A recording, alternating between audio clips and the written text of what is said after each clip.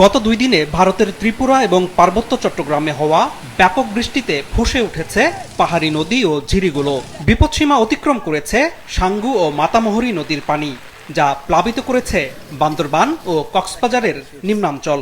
থমকে দিয়েছে মানুষের স্বাভাবিক জীবনযাত্রা। আমাদের ঘর ডুবে গেছে, আমরা রাত্রে আসছি, অনেক জিনিসপত্র ভেসে গেছে। শুধু আমরা গায়ের জিনিসপত্র, গায়ে দিতে পারে জিনিসপত্র ওগুলো নিয়ে বাইরে আমি তলায় গেছি যা অল্প কিছু মাল আনছি আর কিছু বার গাইতে পারিনি। খাওয়ার পানি আমাদের সমস্যা, খাওয়া দাওয়া অনেক সমস্যা, এরকম আছে এখন বর্তমানে। এই পরিস্থিতি এখনই কাটছে না। বন্যা পূর্বাভাস ও সতর্কীকরণ কেন্দ্র জানিয়েছে আগামী 3 দিন বান্দরবান কক্সবাজারের বন্যা পরিস্থিতির আরও অবনতি হবে। সেই সাথে নতুন করে বন্যার কবলে পড়বে খাগড়াছড়ি, চট্টগ্রাম ও ফেনী। এছাড়া 3 দিনে সিলেট, ময়মনসিংহ ও রংপুর বিভাগে স্বল্পমেয়াদী বন্যা শুরু হতে পারে। বান্দরবান কক্সবাজার জেলার নিম্নাঞ্চলে আগামী 2 থেকে 3 দিনে বন্যা পরিস্থিতি কিছুটা অবনতি ঘটতে পারে। আগামী 3 দিনে মূলত দেশের দক্ষিণ পূর্বাঞ্চলীয় চট্টগ্রাম বিভাগ, উত্তর পূর্বাঞ্চলীয় সিলেট ও ময়মনসিংহ বিভাগ এবং উত্তরাঞ্চলীয় রংপুর বিভাগের লালমনিরহাট, নীলফামারী, রংপুর অর্থাৎ বৃহত্তর তিস্তা অববাহিকাতে স্বল্পমেয়াদী বন্যার ঝুঁকি রয়েছে। 3 দিন পরবর্তী সময়ে পরিস্থিতির সার্বিক উন্নতি লক্ষ্য করা যেতে পারে।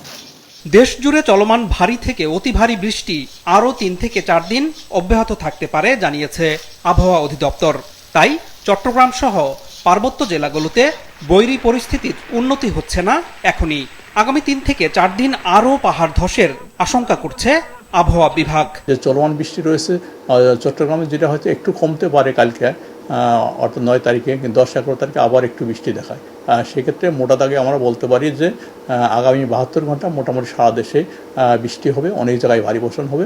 72 ঘন্টার পরে অর্থাৎ 11-12 তারিখের পরে মোটামুটি বৃষ্টি অনেকটাই কমে যাবে, অনেক জায়গায় ড্রাই কন্ডিশন চলে আসবে। 15 থেকে আপনার 20-22 তারিখ পর্যন্ত বৃষ্টির পসিবিলিটি কিছুটা কম থাকবে। এরপরে যে আবার শেষের দিকটা অনেকটাই মৌসুমে অ্যাক্টিভ হবে, সেই সময় আবার বৃষ্টির প্রবণতা বেড়ে যাবে এবং এর সাথে সাথে সাগরে একটা লঘুচাপের পসিবিলিটি আছে, সেটা হয়তো আপনার 20 তারিখ পর্যায়ে হবে এবং লঘুচাপটার উপর ডিপেন্ড করবে বৃষ্টি ব্যাপ্তিটা কী হবে।